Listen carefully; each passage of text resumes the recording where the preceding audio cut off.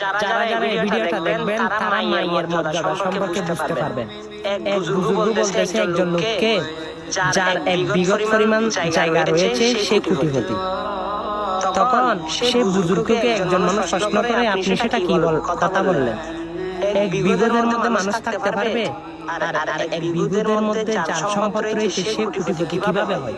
তখন ও বুজুর্গ বলে, শোনো, তোমার মায়ের পায়ের নিচের পায়ের অংশটা তুমি মেপে দেখবে কতটুকু।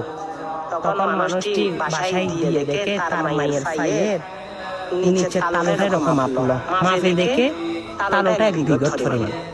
তখন সে আবার বুজুর্গের কাছে আসলো, বলে এক বিঘত। তখন সে বুজুর্গ বলে, হে শোনো, কেন কোটিপতি? যার একজন মা বেঁচে রয়েছে, তার মায়ের নিচে হচ্ছে সন্তানের বেহেশত। যার মা বেঁচে আছে তার মতো কোটিপতি কি আর কেউ থাকতে পারে?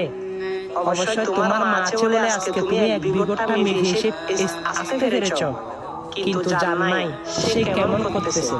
সেই জন্য আমি বললাম যার মা আছে সে হচ্ছে কোটিপতি। তাই এক বিঘত পরিমাণ যার সম্পদ রয়েছে সে কোটিপতি, কারণ সেই বিঘতটা হচ্ছে তার মা। সুবহানাল্লাহ, সুবহানাল্লাহ, আল্লাহু আকবার। অবশ্যই সে মায়ের প্রেমিকরা কোথায়? এই বার্তাটা সকল মানুষের কাছে পৌঁছে দেন যারা মা বাবাকে সাথে জুলুম করে, মা বাবাকে কষ্ট দেয়। তাদেরকে পাঠিয়ে দিবেন ইমানি দায়িত্ব। তাদের বিবেক যেন খুলে যায়, আল্লাহ যেন তাদেরকে তাদের মায়ের প্রতি ভালোবাসা মহব্বত রাখার তৌফিক দান করে। ভিডিওটা শেয়ার করে দিন, সুম্মা আমিন।